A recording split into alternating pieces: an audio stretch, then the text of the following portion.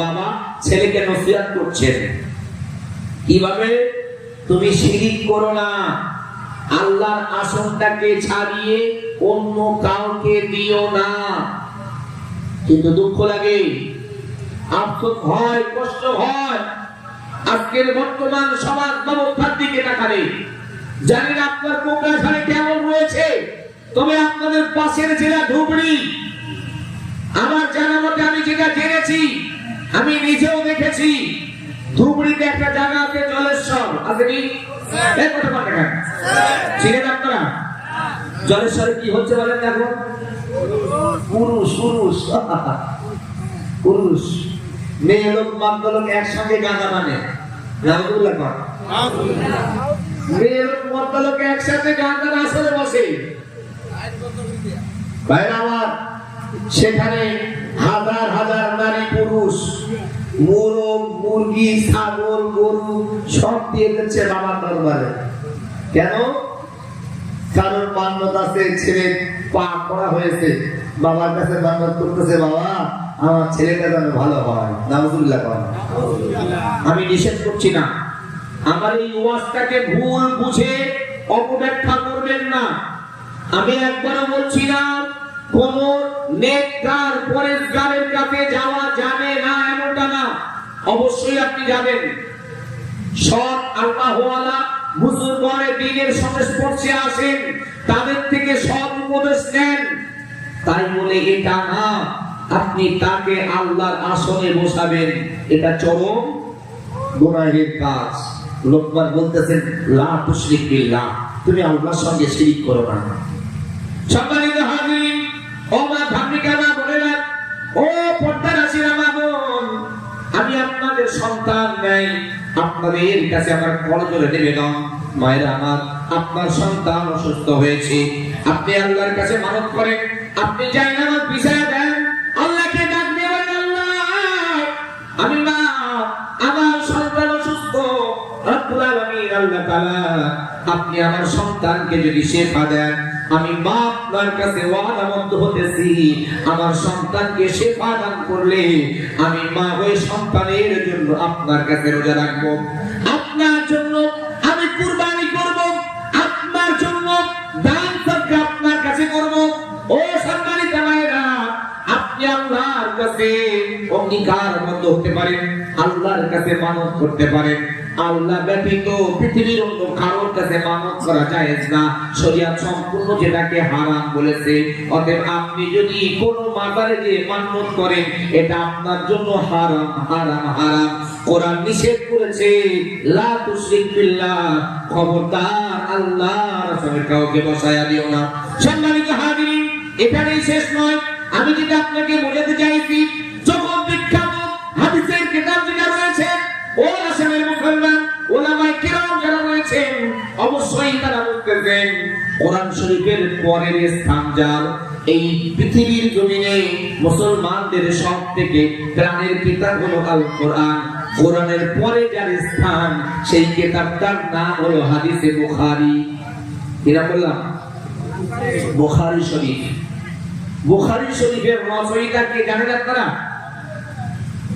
প্রসঙ্গে এসেছে, একটা ইতিহাস আপনাদের কাছে তুলে ধরছি, হয়তো অনেকেই জানেনই না, একটু ইতিহাসটা শোনেন।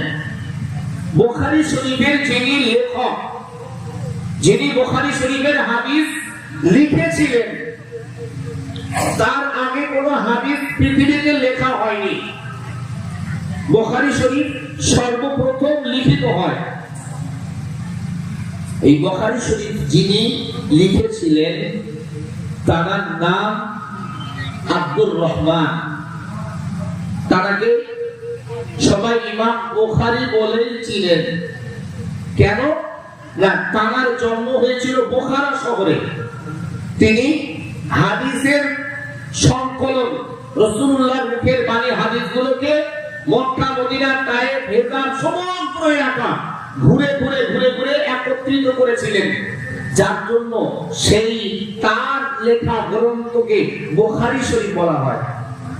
আর ইমাম বুখারী বলেই তাকে সবাই চেনেন, কিন্তু তার মূল নাম আব্দুর রহমান।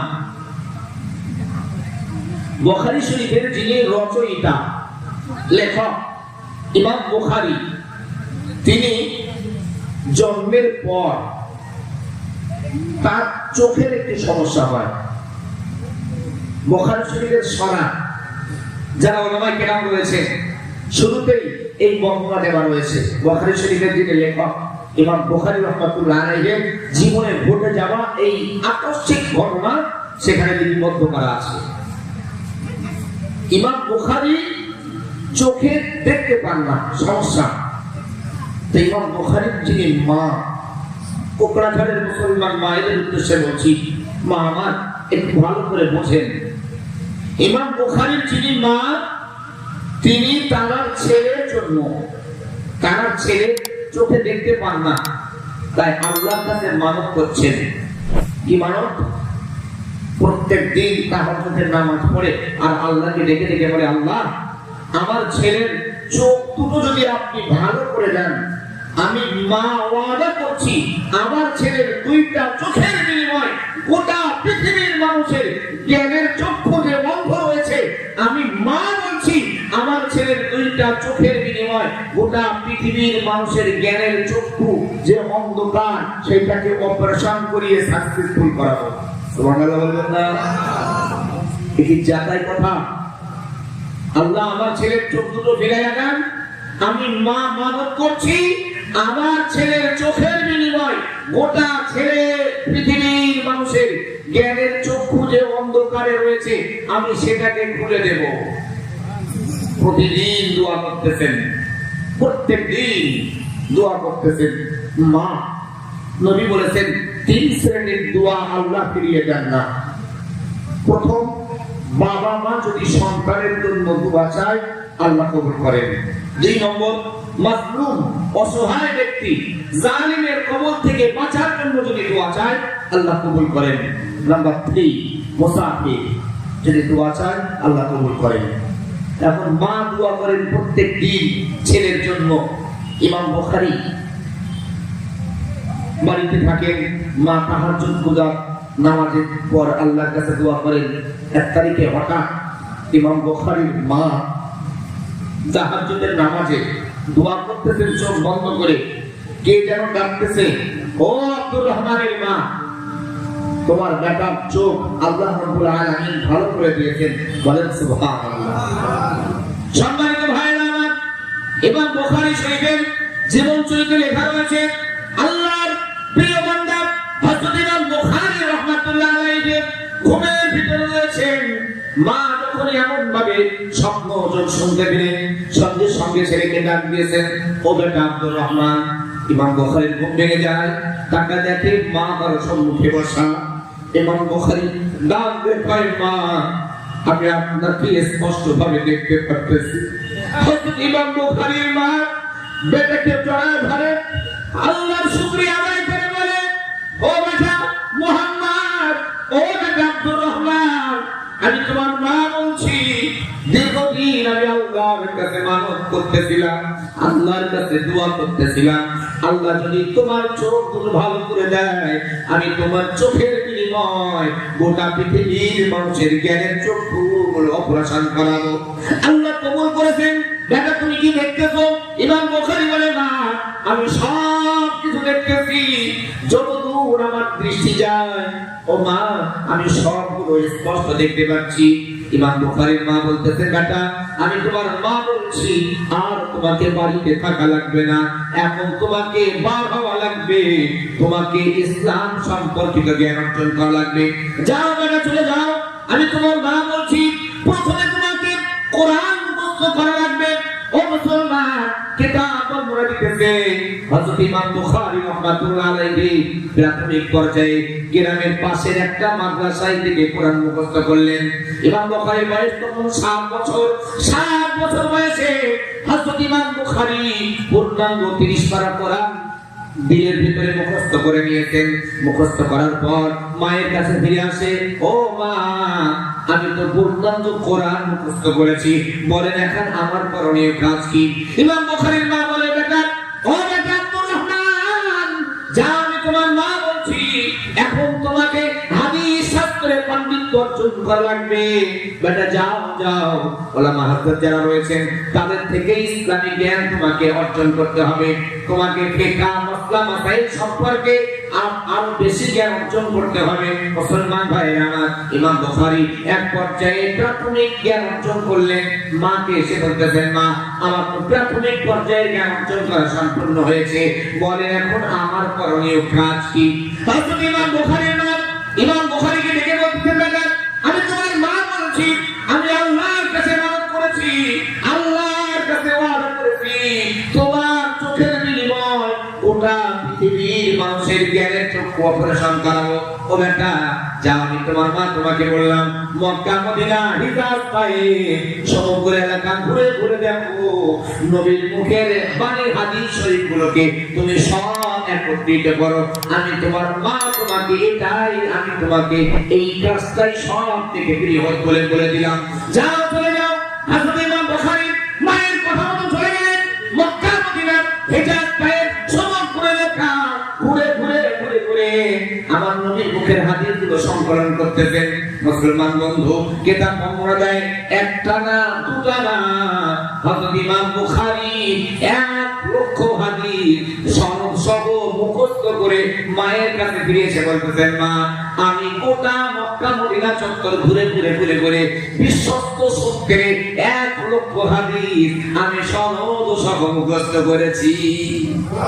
আরে মুহাম্মদ বলা যায় না, একটা দুটো হাদিস 1,00,000 হাদিস, বলতেছেন মা আমি সনদ সহ মুখস্থ করে ফেলেছি। কেমন? যে হাদিসের রাবী দুর্বল সেটা তিনি জাননি, যেটাকে তিনি সন্দেহ করে করেছেন ছেড়ে দিয়েছেন, সে হাদিস ইমাম বুখারী শরীফ গ্রহণ করেননি। এমনি এমনি বুখারী শরীফের মর্যাদা এত। ইমাম বুখারী বাড়িতে আসলেন, মা বলেন আমার করণীয় কাজ কি? ইমাম বুখারীর মা বলতেছেন, বেটা তুমি যে হাদিসগুলো মুখস্থ করেছো ওই হাদিসগুলোকে তুমি লেখো। ইমাম বুখারী বলতেছেন, মা এটা তো ভুল কথা, কেন নবী নিজে হাদিস লিখতে মানা করেছেন, এখন যদি আমি হাদিস লিখি তাহলে তো নবীর কথাটাকে অমান্য করা হবে। সহিহ হাদিসের বর্ণনা, রাসূলুল্লাহ তৎকালীন সময়ে সাহাবাদেরকে হাদিস লিখতে মানা করেছিলেন। এর কারণ আছে। আজকে যে আমরা যে কোরআন শরীফ পেয়েছি, দেখেন এই যে কোরআন শরীফ, আজকের এই কোরআন যে 1000 বছর আগে এই রকম রূপে ছিল না। 1000 বছর আগে নবীর জামানায় কোরআনের আয়াতগুলো কোথায় পাথরের গায়ে খোদাই করা ছিল, কোন চামড়ার গায়ে লেখা ছিল, কোন গাছের গায়ে, এভাবে সামান মক্কা মদিনা সমগ্র এলাকায় কোরআনের আয়াতগুলো লিপিবদ্ধ করা ছিল। মানে যখন যেটা প্রয়োজন হয়েছে আল্লাহ তখন সেটা নাযিল করেছেন। রাসূলুল্লাহ মুখস্থ করেছেন, লিপিবদ্ধ করেছেন সাহাবায়ে কেরামকে দ্বারা। এখন নবী নিষেধ করেছেন যে তোমরা যদি আমার মুখের বাণী হাদিসগুলো লিখো, একটা সময় আসবে মানুষ কোরআন আর হাদিসটাকে গুলিয়ে ফেলবে। হাদিসও লেখা, কোরআন লেখা, কোনটা হাদিস কোনটা কোরআন বুঝবে না। অতএব এখন আমার মুখের বাণী কোরআন হাদিস তোমরা লিখো না, তোমরা শুধু কোরআন লিখো। খলিফা উসমান গনি রাদিয়াল্লাহু আনহুর জামানায় কোরআনটাকে সব আয়াতগুলো একত্রিত করে কোরআনকে লিপিবদ্ধ করিয়ে পূর্ণাঙ্গ কিতাবের আকার ধারণ করানো হয়। ইতিহাস শুনেন, যার কারণে হযরত ওসমান গনিকে হত্যা পর্যন্ত করা হয়। কিসের জন্য জানেন? ওসমান গনি কোরআনের এই কিতাবের রূপ দিয়েছিলেন, কোরআনের আয়াতগুলো একত্রিত করে লিপিবদ্ধ করিয়েছেন। হাফেজে কোরআন যারা তাদেরকে নিয়ে জাস্টিফাই করেছেন ভুল হয়েছে কিনা সব কিছু যাচাই বাছাই করার পর ওই যে সমস্ত জায়গায় খোদাই করা ছিল কোরআনের আয়াত, পাথরের উপরে, গাছের গায়ে, চামড়ার উপরে, ওসমান গনি অর্ডার করলেন সবগুলো একত্রিত করো। সেগুলোকে একত্রিত করে সেগুলোকে জ্বালিয়ে দেওয়া হয়েছিল। এই অপরাধের কারণে হযরত ওসমানকে একটা দল হত্যা করেছিলেন। এই না ওসমান কোরআন জ্বালিয়েছে। আচ্ছা বলেন, ওসমান রাদিয়াল্লাহু আনহু কোরআনের এই কিতাবের আকার দিয়ে আমরা লাভ করেছে, আমরা লাভবান হয়েছি না ক্ষতিগ্রস্ত হয়েছি? হ্যাঁ, তারা সেদিন সেটা বুঝিনি। কিতাব কোরআন যখন কিতাবের আকার পাওয়া গিয়েছে, হযরতে ইমাম বুখারী রাহমাতুল্লাহ আলাইহি হাদিস সংকলন করে মায়ের কাছে ফিরে আসলেন। মা বলছেন, বেটা তুমি এই হাদিসগুলোকে লেখো, একটা কিতাবের আকার ধারণ করাও। মায়ের কথা মতো ইমাম বুখারী হাদিসগুলো লিখলেন। তথাকথিত সেই সময়ের একটা দল আলেম ইমাম বুখারীকে ফতোয়া দিয়ে দিলেন, ইমাম বুখারী কাফের হয়েছে। কেন না, ইমাম বুখারী নবীর কথা অমান্য করে হাদিস লিখেছে। সত্যি হাদিস লিখেছেন, নবী নিষেধ করেছেন, কিন্তু ইমাম বুখারী হাদিস লিখেছেন, নবী নিষেধ অমান্য করেছেন, তারা ফতোয়া দিল ইমাম বুখারী কাফের। আচ্ছা বলেন, ইমাম বুখারী যদি সেদিন হাদিস না লিখতো, আমি মৌলভী আব্দুর রহমান আজকের হাদিস খুলে পেতাম না? আপনারা সাধারণ মানুষ দূরের কথা, মৌলভী আব্দুর রহমান এই যে হাদিসের সংকলনগুলো হয়েছে, আমরা কি এই হাদিসগুলো একত্রিত পেতাম বলে মনে হয়? তাহলে ইমাম বুখারী হাদিস লিখে ভালো করেছেন না খারাপ করেছেন? হ্যাঁ, খুব ভালো করে মনোযোগ দেন। আমাদের সমাজে একটা দল আছে, যদি আমি কোন দলকে ছোট করি না, কাউকে অপমান করি না, কোরআন হাদিসের আইনে আমি যাকে দেখি সে অপরাধী, আমি তার ধরিয়ে দিই। একটা দল আছে শরিয়াত, তারা বলে কোরআন আর হাদিস ছাড়া কিছু নাই। কথা বুঝতেছেন না? কোরআন আর হাদিস।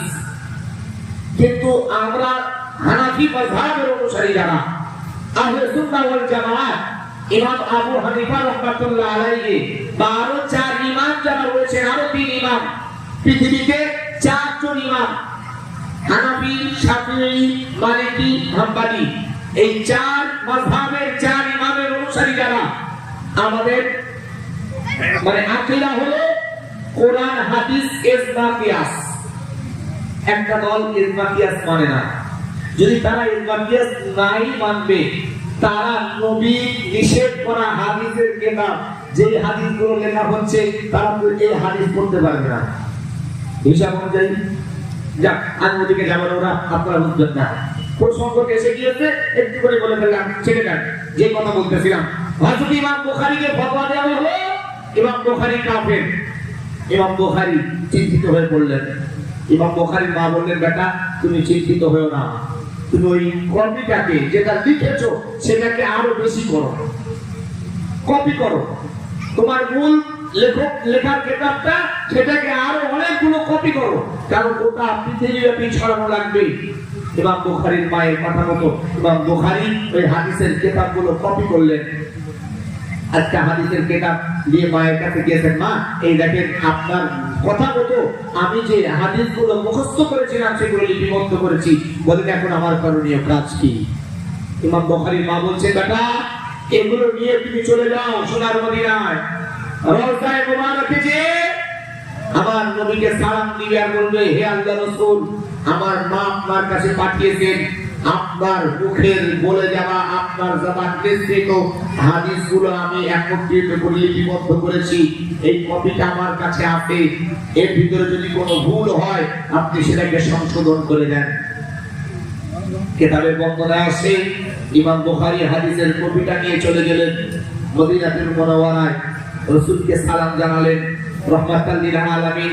সালামের জবাব দিয়ে ইমাম বুখারীর হাত থেকে বুখারী শরীফের ওই গ্রন্থটাকে নিয়ে কোথাও কিছু সংযোজন করলেন, কোথাও কিছু মুছে দিলেন, বললেন, যাও বেটা আব্দুর রহমান, আমি তোমার নবী মুহাম্মদ সাল্লাল্লাহু আলাইহি ওয়াসাল্লাম বলছি, এই হাদিসের গ্রন্থটাকে তুমি গোটা পৃথিবীব্যাপী ছড়িয়ে দাও। আর একটু মুহাম্মদে বলা যায় না? ও সম্মানিত মায়েরা, আপনার ছেলে অসুস্থ, আপনার ছেলে রোগগ্রস্ত, আপনি আল্লাহর দরবারে এরূপ মানত করেন যে আমার ছেলের দ্বারা আমি সমাজ সংস্কারমূলক কিছু করব।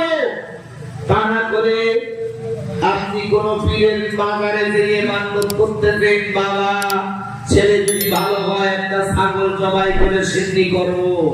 ও মা, এটা শরীয়তে হারাম।